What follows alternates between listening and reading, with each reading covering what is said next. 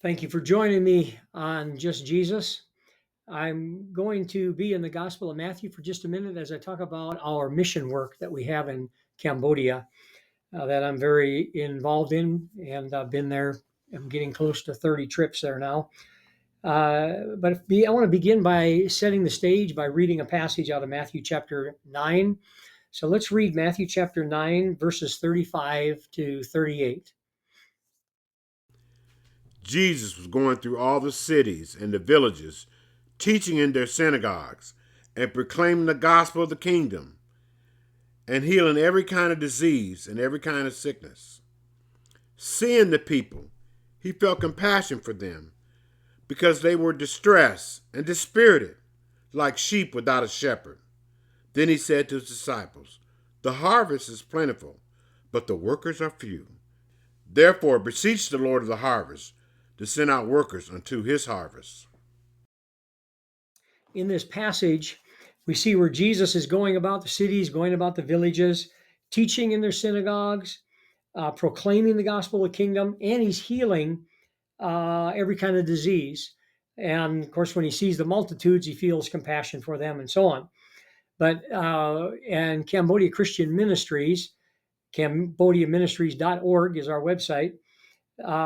We try to follow what Jesus did in his ministry, which is we to help people physically and spiritually.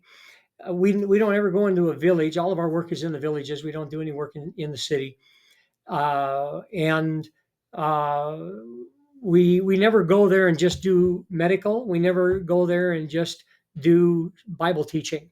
We always do both at the same time.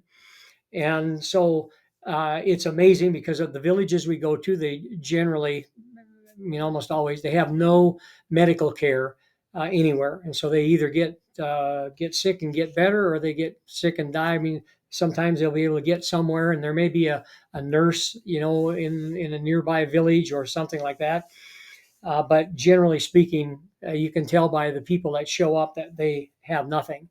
And so the video that you will see or are watching now shows that when we pull into a village, there will be 1,000 people, like a sea of people. As we pull in, we'll be in a big Greyhound type bus, and we'll have our 25 passenger bus behind us, and we'll have maybe our pickup or whatever behind that. And as we pull in, the people just stare as they see the bus kind of come by going 3 miles an hour. And then out of the bus, here comes doctor after doctor and dentist after dentist. And then, the rest of us, the preacher students who work with crowd control and people that are helping in the pharmacy and so on. And they set up pharmacy. And a lot of times it'll be in a public school, and we will set up. Uh, Doctors will have one or two classrooms, and the dentist will have one or two classrooms, and the eye doctor or the people are doing eyeglasses. They are in the next room, and preachers will be outside, or they may be in the classrooms teaching about Jesus. But it's amazing when we pull in, it just touches your heart. It doesn't make you arrogant and think, these people are below me. It's a humbling effect to think, we didn't choose to be born where we were born, and they didn't either. And and so what ends up happening is when Jesus sees the multitudes in verse 36, he felt compassion for them, and they were like distressed and downcast, like sheep without a shepherd.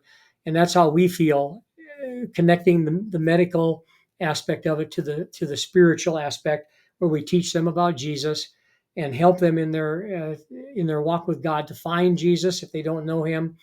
To help those who do know some Bible, generally they know very little if they know any, and to help them to come to know Jesus, to love him. There's no bait and switch, like we're here to do this, but we're really after that.